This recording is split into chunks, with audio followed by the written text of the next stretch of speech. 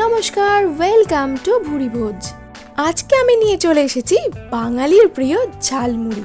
আমি জানি ঝালমুড়ি সব বাঙালির প্রিয়। না, আমি আপনাকে ঝালমুড়ি বানানো শেখাতে আসিনি, কারণ প্রত্যেকটা বাঙালি ঝালমুড়ি বানাতে জানে। আমি তো এসেছি আমি কিভাবে ঝালমুড়িটা বানালাম সেটা দেখাতে।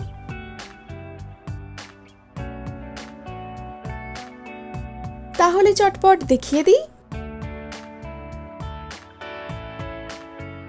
এর জন্য মুড়ি তো লাগছেই, এর সাথে নিলাম কিছুটা সিদ্ধ আলুর কুচি, সাথে দিলাম কিছুটা সিদ্ধ ছোলা আর সিদ্ধ মটর, কিছুটা বাদাম ভাজা দিলাম, উপর থেকে ছড়িয়ে দিলাম কিছুটা সরষের তেল। আমের এই আচার ছাড়া তো বাঙালি ঝালমুড়ি ভাবতেই পারে না, তাই এটাও একটু দিলাম। ও হ্যাঁ, ভেজানো ছোলাটা দেওয়া হয়নি, ওটাও একটু দিয়ে দিলাম। এক এক করে দিয়ে দিলাম কিছুটা শসা কুচি, কিছুটা পেঁয়াজ কুচি আর কিছুটা গাজর কুচি। দিয়ে দেব কিছুটা ধনেপাতা কুচি, কিছুটা কাঁচা লঙ্কা কুচি আর কিছুটা টমেটো কুচি। এবারে দিয়ে দিচ্ছি গ্রেট করে রাখা কিছুটা বিট। ইচ্ছে হলে গাজরের মতো কুচিয়েও দিতে পারেন। মনের ইচ্ছে মতো ঝুরি ভাজা দিয়ে দিলাম।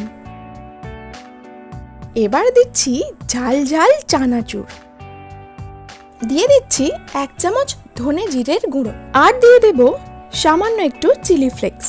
দিলাম একটু বিট নুন, 1 চামচ বাড়িতে বানানো আম তেলও দিয়ে দিলাম। খুব সামান্য একটু লেবুর রস দেব।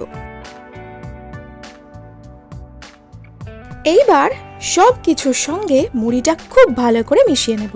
কিছু কি দিতে ভুলে গেলাম? না, মনে পড়ছে না।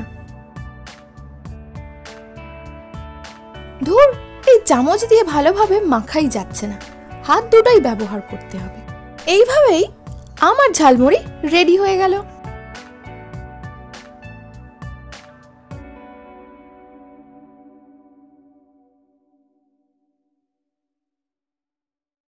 যদি খেতে চান তাড়াতাড়ি চলে আসুন, বেশি দেরি করলে কিন্তু পাবেন না। আর যত তাড়াতাড়ি সম্ভব এটা খেয়ে ফেলুন, না হলে ঝালমুড়িতে আর মুড়ি খুঁজে পাবেন না। আমার এই ঝালমুড়িটা কেমন লাগলো জানাতে ভুলবেন না। আর যদি ইচ্ছে হয় এটা একদিন বানিয়ে খেতে পারেন।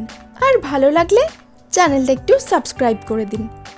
আবারও একদিন দেখা হবে, ততক্ষণ ভালো থাকবেন।